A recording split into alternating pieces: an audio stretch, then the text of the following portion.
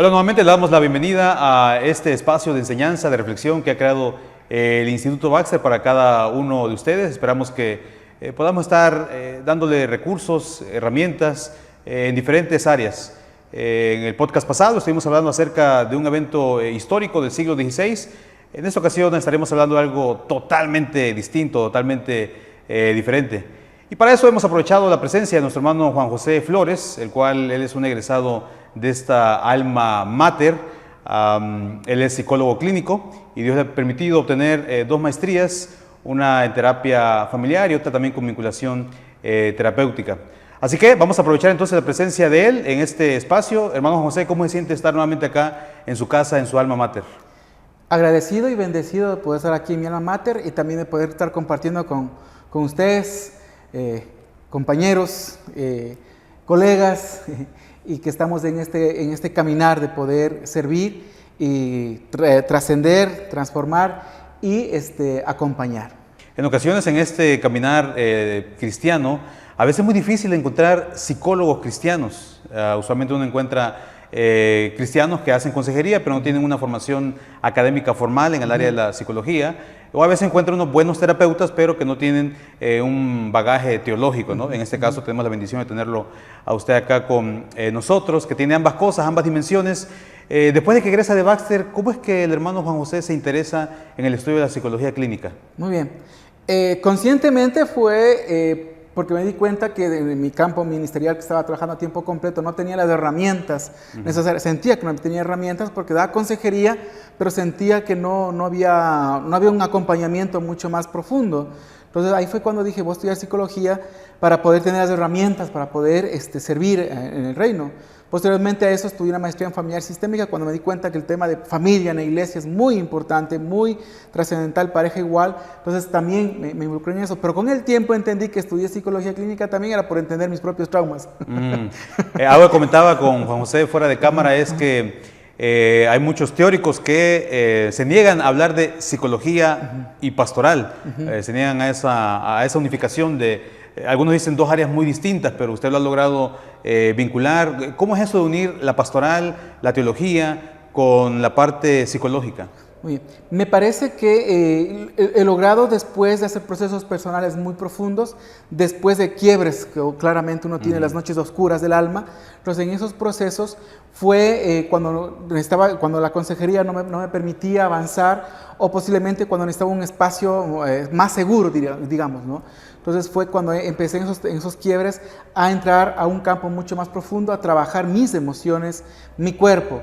Y yo diría que me involucro mucho más en esto cuando a mí se me diagnostica 2 hernias discales, en la S1 y el E5.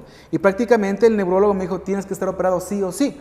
Entonces en ese punto que yo no quería, pidiendo a Dios, entré a este campo a trabajar ya la parte desde la biodescodificación, la psicocorporalidad.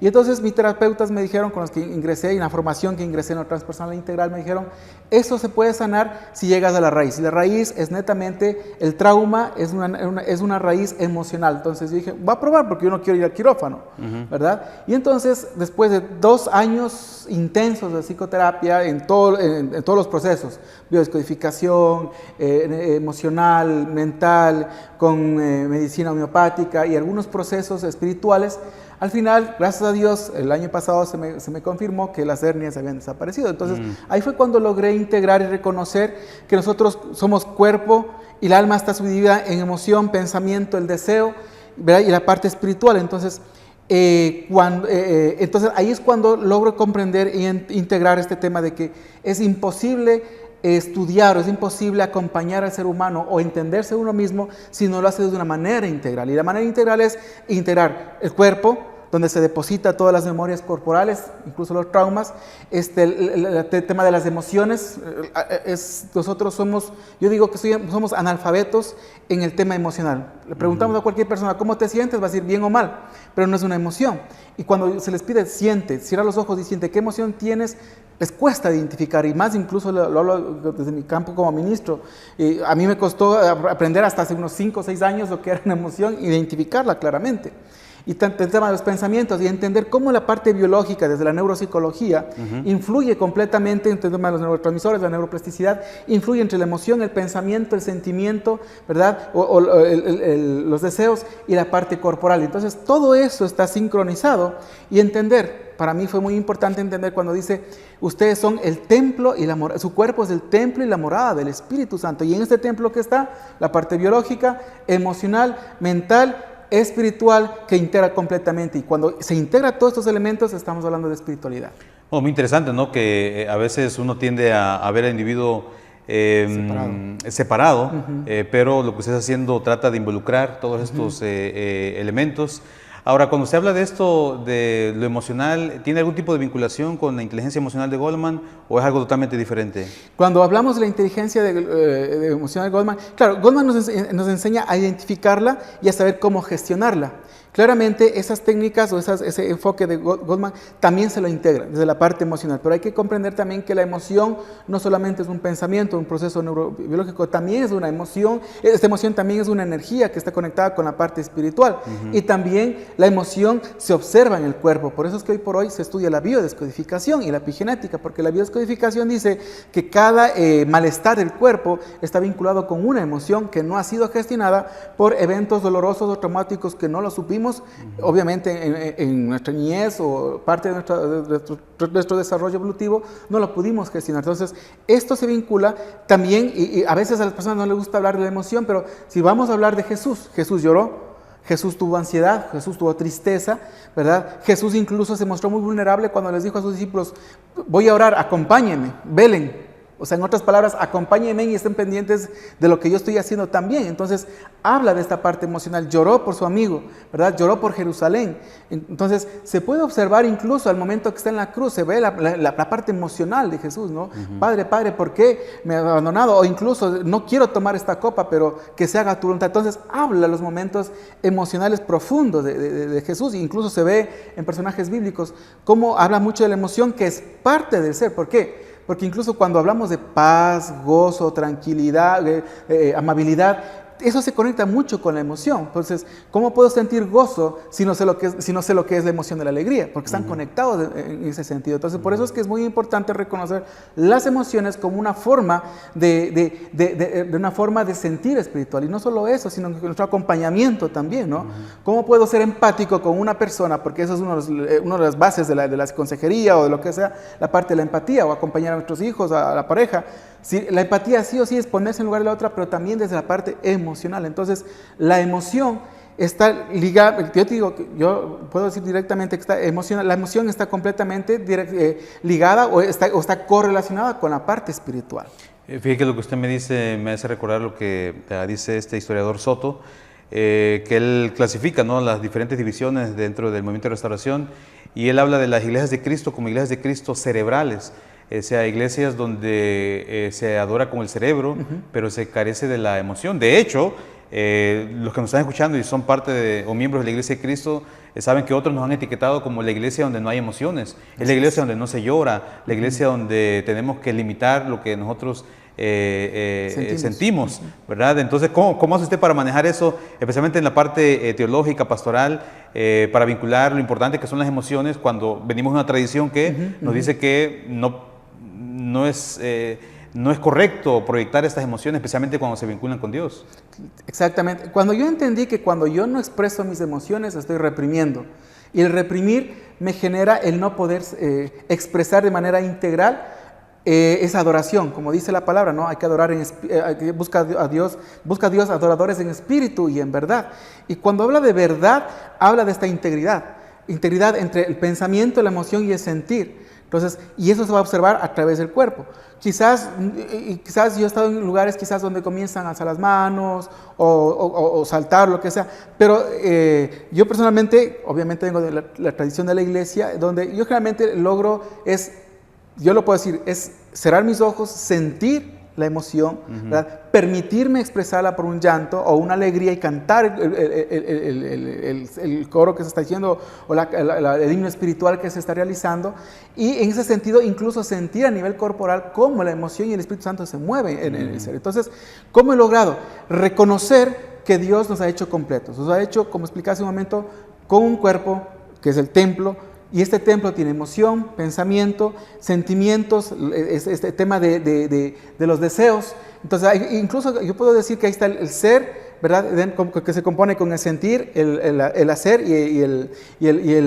bueno, el sentir, el hacer y el hacer. Entonces, todos esos elementos se integran. Entonces, yo integré ese punto de reconocer que eso es espíritu y verdad, dejando que el espíritu esté moviéndose en todas estas dimensiones del ser humano que Dios nos ha hecho.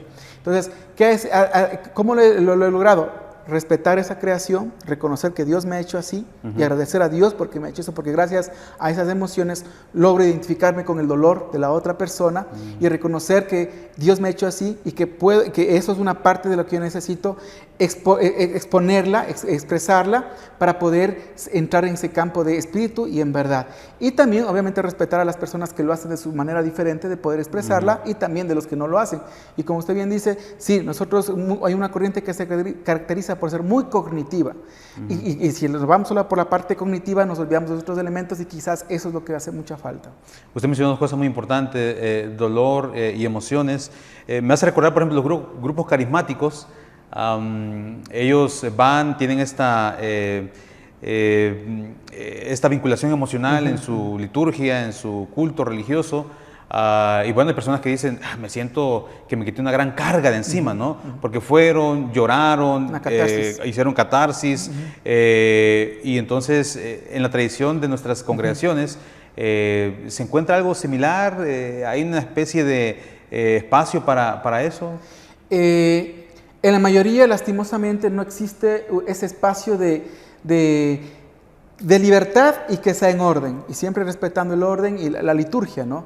Pero me parece que no existe esa libertad donde yo pueda expresar mi llanto, porque al momento que yo veo a un hermano llorando posiblemente o expresa de alegría al cantar, entonces prácticamente comenzamos a etiquetarlo, incluso yo diría a violentarlo, con etiquetas, este es pentecostal, este es esto, lo otro, con todas las etiquetas que existen, entonces, o a juzgarlo, ¿no? ¿Qué le estará pasando? Pobrecito. Entonces, entramos en ese punto y claramente venimos de una sociedad que es violenta, que desde pequeños, no llores porque los hombres no lloran, ¿no es cierto? Levántate, porque los hombres tienen que ser fuertes. Entonces, venimos de una sociedad que reprime la emoción, que reprime expresar lo que estamos sintiendo.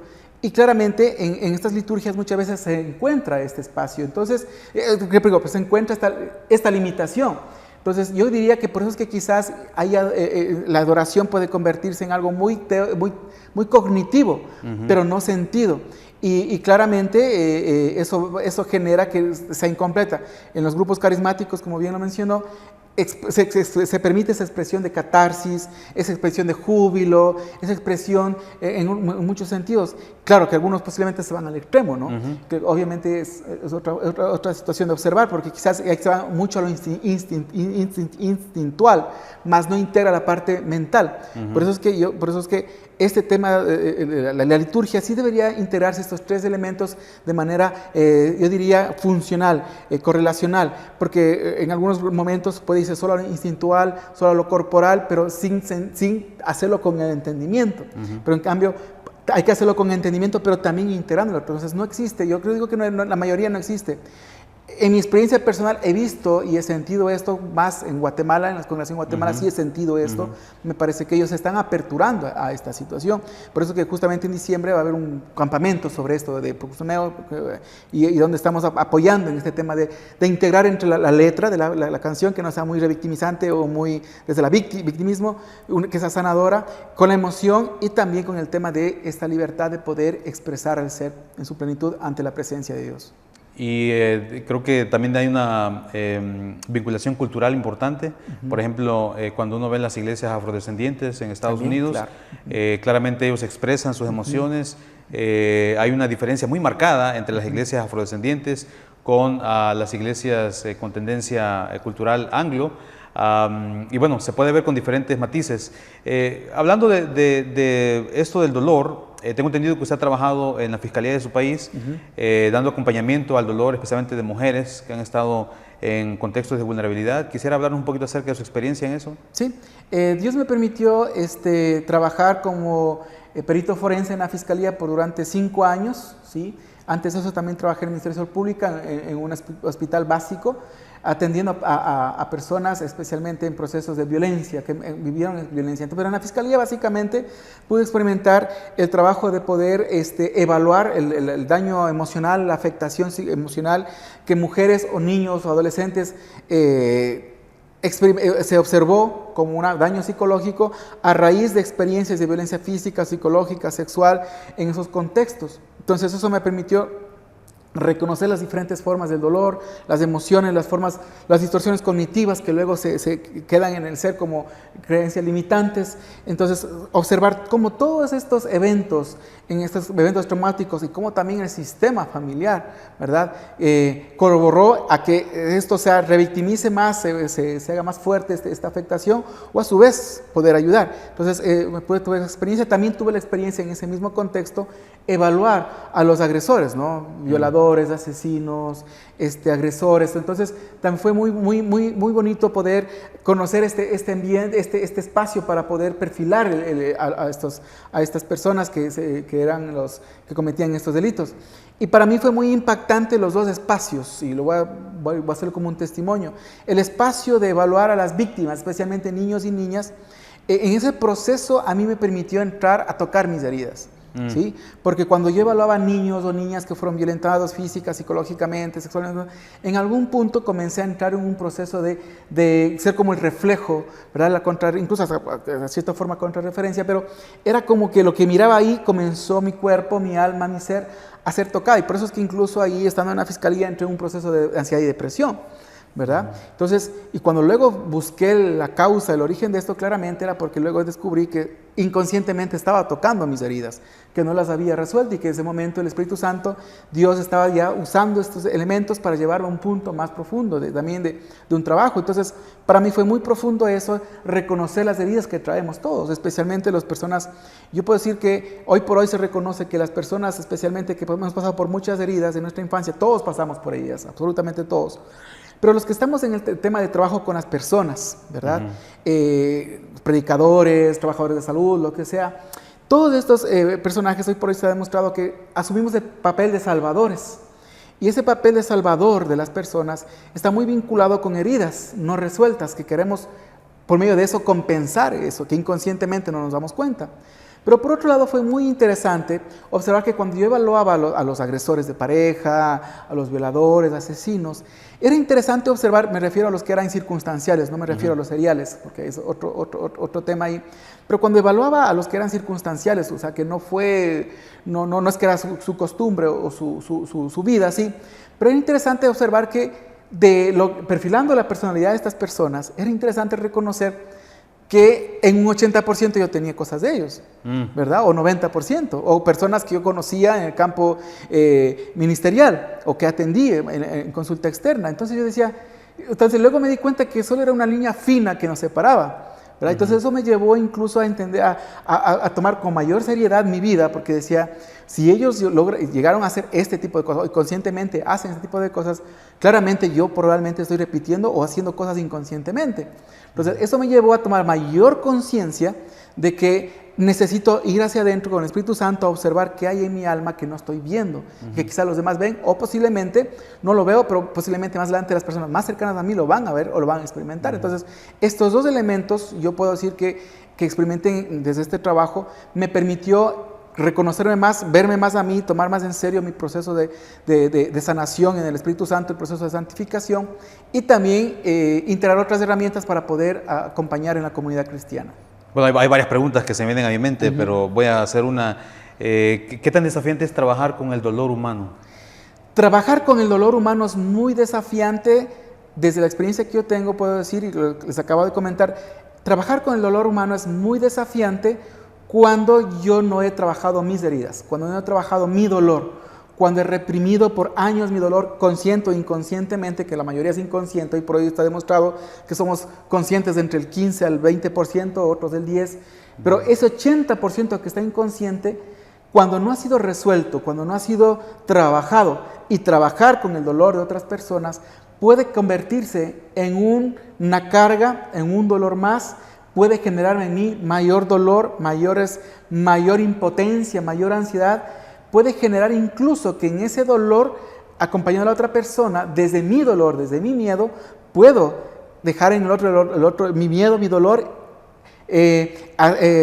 intensificar esto en la otra persona, y en vez de posiblemente de acompañarla a salir de este dolor, puedo llevarlo a un punto, como dice la palabra de Dios, si yo soy ciego de mi dolor, soy inconsciente de mi dolor y me pongo en el papel de Salvador por reprimir y por cubrir mi dolor y acompañar en el dolor de otras personas, me puedo convertir, como dice la palabra de Dios, ciego guía de ciegos. En otras palabras, si soy un ciego de mi dolor, puedo salvar o acompañar en el dolor de otras personas, pero no les voy a llevar a un punto de mayor muerte. Por eso es que me gusta una frase que me impactó mucho cuando en mis procesos terapéuticos espirituales que me acompañaron mis dos terapeutas. Fue un punto, me dijo: eres hipócrita porque no quieres llevar a las personas a un lugar donde tú nunca has estado. Entonces, si tú quieres llevar a esas personas a un lugar donde tú has estado, primero tú tienes que estar en ese lugar. Entonces, es justamente eso, ser consciente y aprender en mi dolor, sanarlo, resignificarlo, y con la bendición de Dios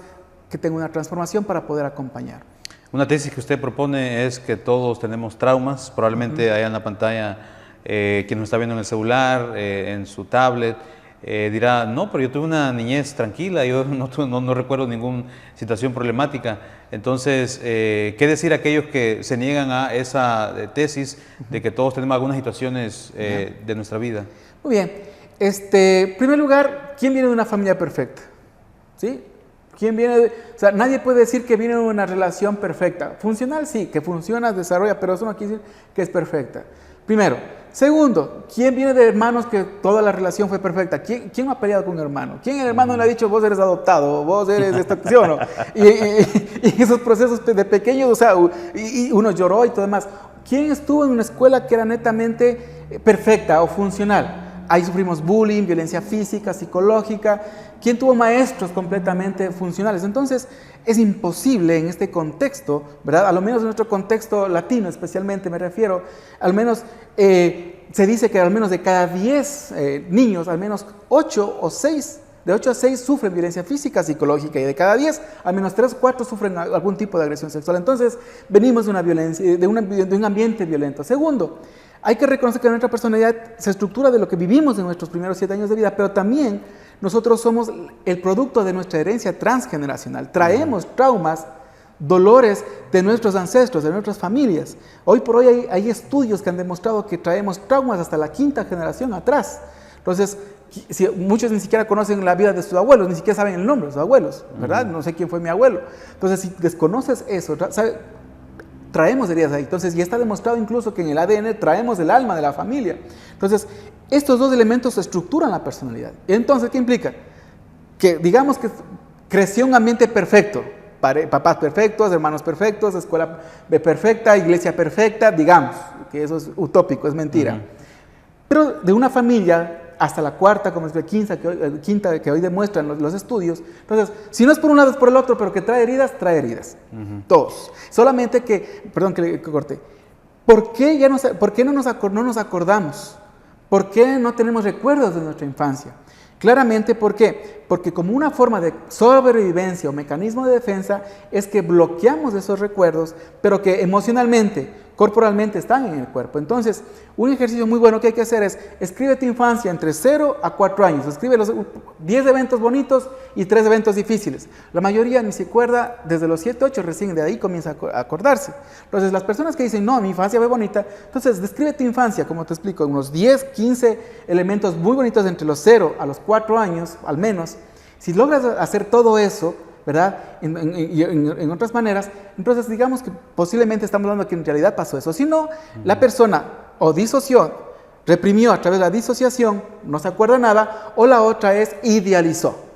Porque una forma de vivir ante el trauma, sobrevivir ante el trauma, es la idealización. ¿Ok? Entonces, esa es otra forma. Entonces, la mayoría idealiza a sus familias, a sus padres, ¿verdad? Entonces esos dos elementos son síntomas, sí o sí, de eventos traumáticos dolorosos que adoptó estos momentos. ¿Para qué? Para poder sobrevivir al trauma, y que se va a reflejar en las relaciones interpersonales.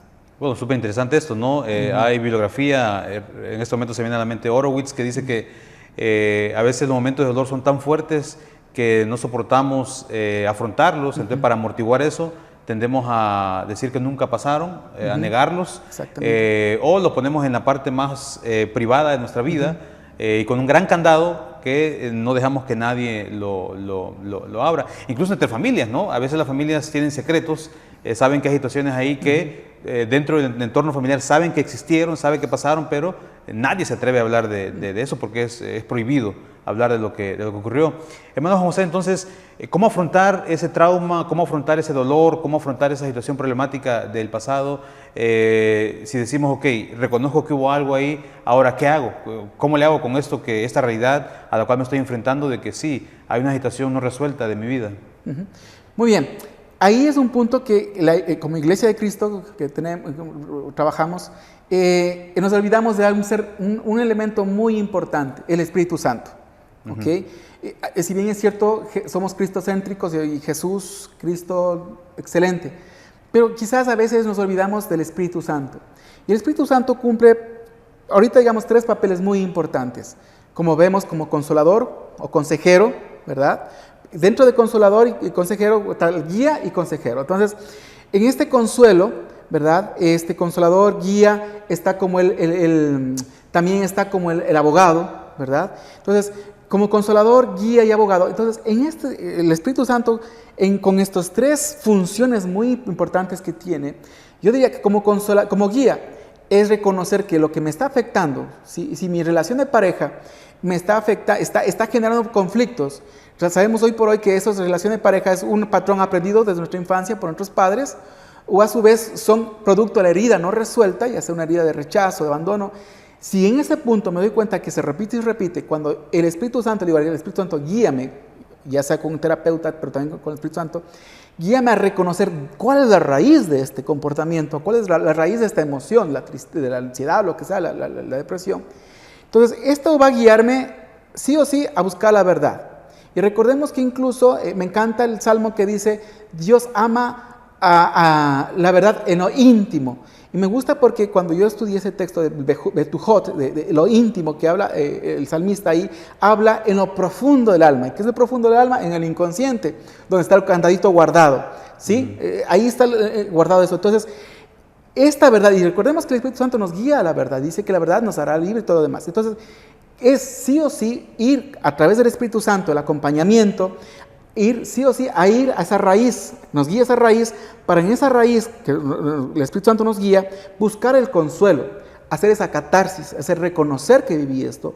¿Para qué? Para que el Espíritu Santo nos guíe a reconocer cuál es el propósito de lo que vivimos ahí y reconocer cómo esto ahora nos ha estado afectando, ¿verdad? Por eso es que incluso Romanos dice que todo lo que nos sucede tiene un propósito, pero el propósito no lo vamos a encontrar mientras no encontremos la raíz y como desde la transpersonal resignifiquemos los eventos a la luz de la palabra, a la luz del Espíritu Santo.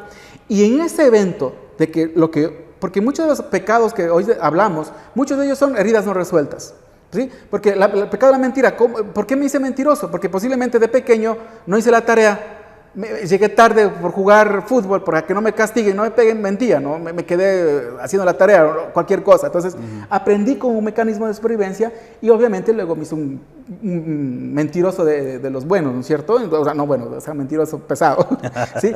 Pero todo tiene un origen. Entonces, cuando el Espíritu Santo me llega a mostrar, ya no eres culpable porque Cristo te salvó, es el abogado. Entonces, ahí con esa situación, ese estigma de la culpa y la vergüenza, que son las 2 bases de la ansiedad y la depresión, por esos eventos traumáticos, y hablemos más de las agresiones sexuales, el Espíritu Santo es ese paracleto, ese acompañante, que está para decir, ya no hay nada más que te acuse, ya no hay que te acusen ante esto, ¿no es cierto? Yo diría que estos 3 elementos del Espíritu Santo, que yo lo uso mucho en consulta y lo uso mucho en mis talleres, en este proceso, que hace normalmente la psicología, prácticamente lo mismo. Por eso es que incluso me encanta que la palabra paracleto está al lado, junto de ti, como el terapeuta está junto contigo, acompañándote en búsqueda de lo que estás necesitando. El Espíritu Santo te acompaña en ese proceso. Entonces yo digo, el Espíritu Santo va a acompañarnos. Entonces sí o sí es dejar que el Espíritu Santo, en lo íntimo de nuestro ser, en nuestro inconsciente, descienda con su verdad. Y la verdad es ver lo que vivimos tal cual, es reconocer nuestra historia, aceptar nuestra historia. ¿Sí? Hay un escritor que dice, el que desconoce su historia está propenso a volver a a repetirla. Y en Oseas decía, ¿no? Mi pueblo perece por conocimiento, y no solo se refiere al conocimiento intelectual, al cognitivo, se refiere al conocimiento de mi propia historia, porque ahí entra la verdad. Entonces, hermanos, hermanas, eso es algo muy importante. Mientras no aceptemos, reconocemos, vayamos a esa verdad, y que esta verdad sea este evento a través del Espíritu Santo sea transformado, proceso de transformación y sanación, no vamos a poder lograr salir de ahí. Entonces, la oportunidad es ahora, en ese sentido, dejar que el Espíritu Santo permitirnos y buscar esta guía, el consuelo y nuestro abogado para llegar hasta esos eventos que no son fáciles, son dolorosos, son muy dolorosos. ¿Y en qué sentido, por ejemplo, sí entiendo que el Espíritu Santo trabaja juntamente con nosotros, Cristo está acompañándonos en este proceso? ¿En qué sentido, por ejemplo, la iglesia podría sumarse también como un recurso terapéutico para las personas que están experimentando estas situaciones difíciles? ¿En qué sentido la iglesia podría como dar acompañamiento a esas personas que están en experiencias de sufrimiento tal vez del pasado o tal vez del presente? Me parece que ahí es muy importante reconocer que sí o sí necesitamos integrar herramientas, sí o sí necesitamos integrar herramientas técnicas que se reconocen hoy dentro de la psicología que permiten encontrar, por ejemplo, para poder llegar a la herida, reconocer la herida, ¿verdad? Podemos hacer una técnica, por ejemplo, es una técnica de ir al inconsciente. Hay una técnica que se llama, que se regresa hasta el origen, puede ser en los primeros años de vida, segundo año de vida, tercer año de vida que usted tuvo, el trauma, llegar con esa técnica, visualizarlo. Pero son técnicas en ese sentido. Hay otras técnicas, ¿no? Que es de la escritura, ¿verdad? De la escritura donde, no sé, pues, tengo un problema grande de la mentira, entonces usar, ¿no? Mentí en esto, mentí en esto, mentí esto. ¿Cuándo miento? ¿En qué momentos mentí? Y comenzar a ver, regresar 5 años atrás, cómo usaba la mentira, al regresar otros 5 años, cómo usaba esta mentira. Entonces, es integrar estas herramientas que son muy importantes, que a través del Espíritu Santo, el Espíritu Santo nos va a develar, pero claramente hay que integrar estas herramientas y no tenerle miedo al tema de integrar estas herramientas de la parte psicológica. Algo que a mí me gusta a veces explicar a los hermanos es que, ¿qué significa alma? ¿Verdad? Alma es psique, ¿no es cierto? ¿Y qué es psicología? Es el estudio de la psique, o sea, el estudio del alma. Entonces, y me gusta decirles, cuando estamos parados en un púlpito, estamos predicando, cuando hablamos de teología, estamos hablando de ¿qué? De la psique, de Dios, ¿de qué estamos hablando? Y cuando usted comienza a hablar de que hay que cambiar el comportamiento del adulterio, del robo, estamos hablando del comportamiento del alma, que está conectado con la parte espiritual. Entonces, cuando hablamos de esos tipos de comportamientos, del pensamiento, de la forma de sentir, de actuar, de los deseos, a los hermanos, estamos hablando de psicología, inconscientemente, pero claramente desde un punto de vista muchas veces distorsionado. Entonces, es importante integrar herramientas que nos permita de hacerlo de una manera muy consciente en los hermanos que se da consejería en esos aspectos. Y crear incluso programas. Afuera no secular se habla de los lugares seguros. Sí, el lugar seguro es la consulta o incluso los grupos pequeños, ¿no? Grupos que seguro donde tú vas, expresas lo que sientes, lo que estás viviendo, se te da una contención y permites descargar esto y buscar una palabra. Por ejemplo, los alcohólicos anónimos, algo de eso tienen, ¿no? Qué bonito sería que la iglesia integre estos elementos, ¿no? Un lugar seguro que, como se dice, no se juzga ni se condena, pero se va a escuchar, se va a permitir que el Espíritu Santo fluya y se reconozca la verdad, donde no sea una predicación, sino sea un acompañamiento. Para la predicación tenemos los estudios bíblicos, la predicación en la escuela dominical, está muy bien, son los elementos necesarios e importantes, pero sí creo que necesitamos lugares seguros donde incluso nosotros mismos podamos saber que si confieso, digo algo y busco apoyo, no voy a ser etiquetado y juzgado y mandado al infierno y todavía predica. Entonces, ese tipo de cosas me parece que necesitamos integrar estos elementos elementos que son muy importantes, que ayudan bastante, como expliqué, elementos, herramientas de la psicología. Y segundo, diría lugares seguros donde se permita desarrollar. Y tercero, diría incluso ampliar una teología que ya integre la parte emocional. Una de las cosas que me llama la atención de lo que usted está mencionando es cómo tanto la psicología como la pastoral tratan de hacer este abordaje para el cambio. Lógicamente, cada una desde su trinchera con diferentes recursos. Y esto es muy importante porque a veces el ministro mismo tiende a rechazar herramientas que no están asociadas a la teología. Yo he estado en eventos, por ejemplo, que me han invitado a mí y después quienes pasan tienden a desacreditar la psicología, o personas hacen comentarios como, ¿y eso qué tiene que ver con la Biblia? Ahora usted claramente vincula todos estos elementos con la Biblia. Y para ir terminando, hermano Juan José, en esta conversación, ¿es posible entonces construir resiliencia mediante estos procesos, ya sean seculares, psicológicos, teológicos? Hay algunas personas que van a la iglesia domingo tras domingo, pero sienten que no ha habido un cambio en sus vidas. Hay personas que no han dejado sus cargas todavía. ¿Es posible, hay esperanza construir resiliencia a pesar de todas estas situaciones de dificultad?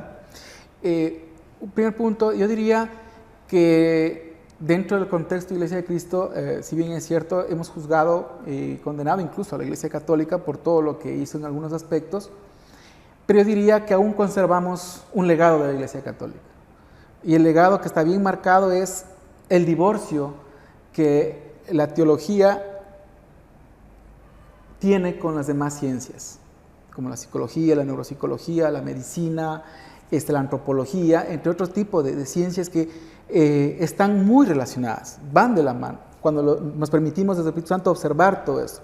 Y entonces, ¿quién se encargó de esto? La Iglesia Católica. Se encargó en divorciar esto, el uno de lo otro. Entonces, yo diría que ese legado aún, incluso hasta lo defendemos con bandera en alto. Y así como usted tiene esas experiencias, yo también tengo esas experiencias que es triste observar esa situación. Pero bueno, esperamos que con la bendición de Dios y las generaciones que vienen y están presentes, esto siga generando un proceso de transformación. Segundo, la Iglesia necesita sí o sí integrar elementos, herramientas, programas que permitan el trabajo de la sanación y transformación integral del ser humano. Fíjense, hablábamos que las enfermedades son producto de emociones no resueltas. Hoy la ciencia lo corrobora, por lo menos en un 70-80% lo corrobora. Sin embargo, en nuestras iglesias, muchos hermanos están consumiendo mucha medicina, bastante, se operan una y otra vez.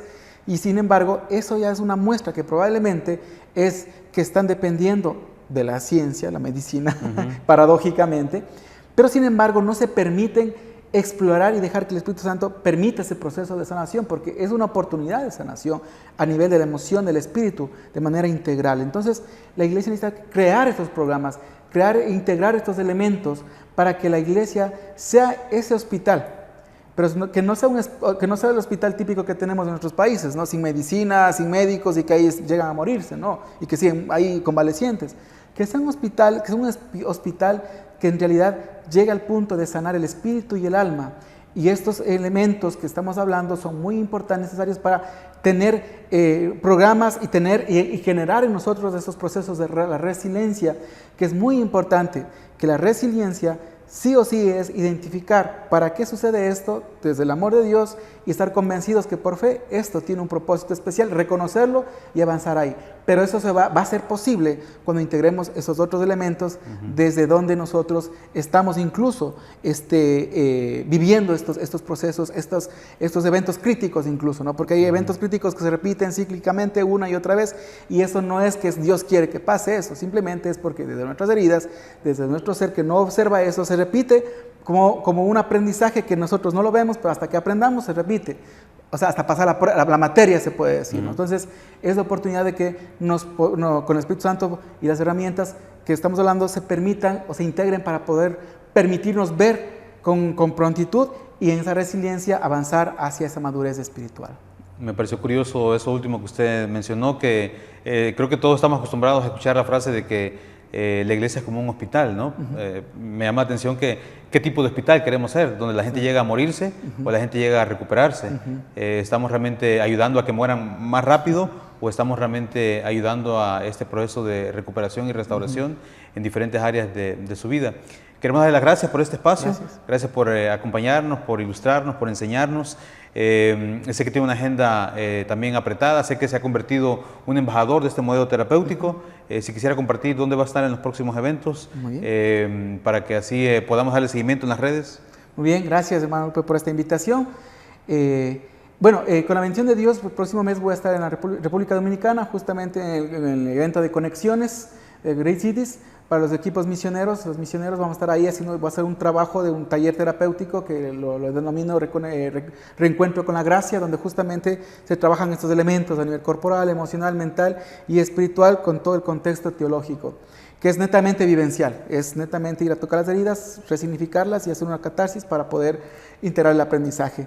Y con la bendición de Dios, para finalizar este año, en diciembre, en Guatemala, vamos a estar en el campamento Procuscneo, que es un evento exclusivamente para ministros de alabanza y adoración de las iglesias de Cristo, y ahí también vamos a estar trabajando justamente el tema de observar en las letras, el tema de que sean letras sanadoras y de resiliencia, no de la victimización. Vamos a profundizar eso también para terminar en el campo espiritual en este año. Su mensaje final para la audiencia, que hemos hablado de varios elementos muy importantes, sobre las emociones, hemos hablado acerca del trauma, hemos hablado acerca del afrontamiento, la vinculación entre la pastoral y la psicología. Su mensaje final para nuestra audiencia en Facebook. Y puedo decir que Dios nos ha creado perfectamente maravillosos, nos ha creado con dimensiones que aún falta por explorar. Dios nos ha creado tan perfectos, con un cuerpo, con una emoción, con una mente, con unos deseos que corresponden al alma, y con el espíritu, que es la presencia mismo del Ruaj de Dios en nuestras vidas. Entonces, estos elementos, cada uno tiene información muy importante, que si integramos toda esta información, vamos a observar que podemos ser esos seres especiales, profundos, que incluso Jesús dijo a sus discípulos: incluso ustedes en mi nombre harán cosas aún mayores de las que yo he hecho. Entonces, todo está ahí. Si nos permitimos nosotros abrazar con humildad la verdad de Dios que está en nosotros, y que la palabra de Dios nos guía a través del Espíritu Santo para encontrarnos que somos hechos a imagen y semejanza de Dios, y que somos la obra maravillosa lista para el servicio a la comunidad. Bien, queremos dar las gracias a ustedes por acompañarnos hasta esta parte del video. Sabemos que hay mucho que reflexionar con base en lo que ha dicho nuestro hermano, y siempre le invitamos a que nos acompañe en estos espacios, y nos vemos en el próximo episodio para hablar un tema totalmente diferente a este, pero siempre con la intención de brindarle recursos, herramientas frescas que puedan ayudarle en diferentes áreas de su vida. Gracias. Bendiciones.